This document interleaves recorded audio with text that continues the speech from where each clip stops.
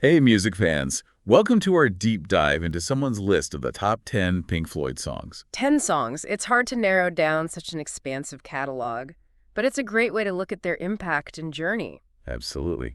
So let's jump right in.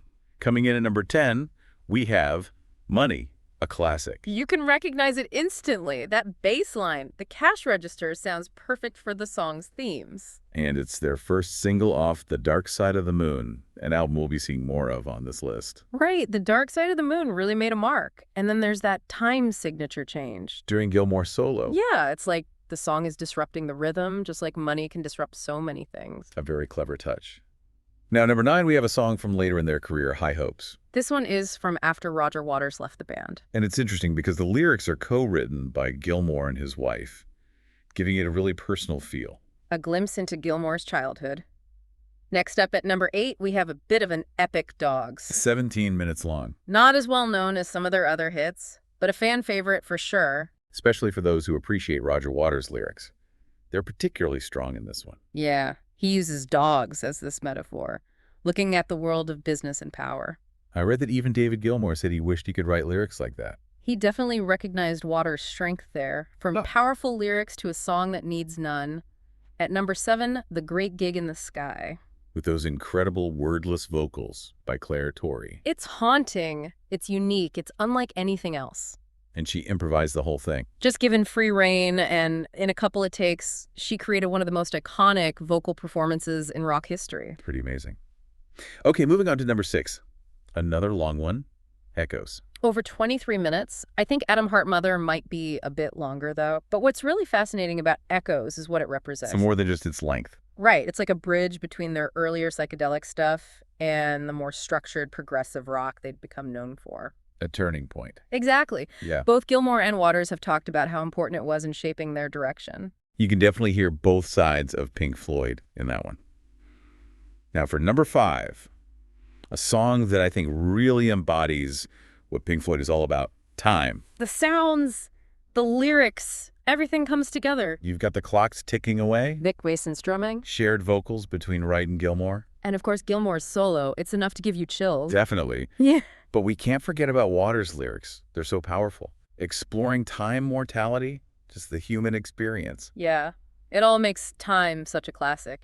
And speaking of enduring legacies, at number 4, we have Shine on You, Crazy Diamond. That 9-part epic tribute to Syd Barrett. The band's former member who had to leave because of his mental health. There's that story about him showing up during recording, too. Just wandering into the studio. The band didn't even recognize him at first. Gilmour said it was really disorienting, but also very moving. Yeah. Adding this whole other level to the song. Yeah, the song starts with this long instrumental intro with Syd's theme. Then those powerful lyrics by Waters. And it closes with that beautiful saxophone solo. It's a really complex and moving piece of music. Pink Floyd at their best. And it's not a coincidence that number 3 is from that same album, Wish You Were Here. Simple but profound. Right. So much emotion and a fairly simple structure. It's pretty amazing. Gilmour wrote that opening, and then he and Waters worked together, Waters mostly on those lyrics. About absence, longing, connection. Yeah, timeless stuff. And speaking of timeless, number 2 is Us and Them. Such a haunting sound. You know, it actually started as a Richard Wright composition. Really? Yeah, for a film, Zabriskie Point, but the director didn't want it. Hard to imagine turning down a Wright piece. Right. But luckily it became Us and Them. At those musical moments in it. Oh, yeah. Wright's piano, then Dick Perry's sax solo, Pure Magic. Really elevates the whole thing. Hmm? And now for the top spot. Number 1, Comfortably Numb. Pink Floyd's magnum opus, some might say. Gilmour's solos in this one are legendary. I read that he just came in and did like 5 or 6 solos almost without thinking. And then he went back and chose the best bits, refined them into those iconic solos we know. That's incredible. Yeah. But the mixing of this song wasn't all smooth sailing. Waters and Gilmour didn't agree on the sound. Oh. But in the end, they mixed 2 takes together, which actually gave the song a really unique texture. So even the disagreements help shape the song. In a way, yeah. And then you've got Waters on the verses. And Gilmour on those choruses. Yeah, another layer of complexity, that interplay between them, their voices, their ideas, really special. Such a talented band. This list, though, it barely scratches the surface. So many other great songs. We could do a whole other deep dive just on the wall. Easily. So much to explore in their work. What about you, though? What really stood out from this list for you? It's hard to pick just one thing. I think this list shows just how many things make Pink Floyd so great. Their sound, their lyrics. Right. The way they make you think, the way they make you feel. There's not many bands that can do all that. They can make you want to sing along at the top of your lungs. Yeah. Or just sit and contemplate life. Exactly. There's always something new to discover in their music. And that's what makes them so interesting.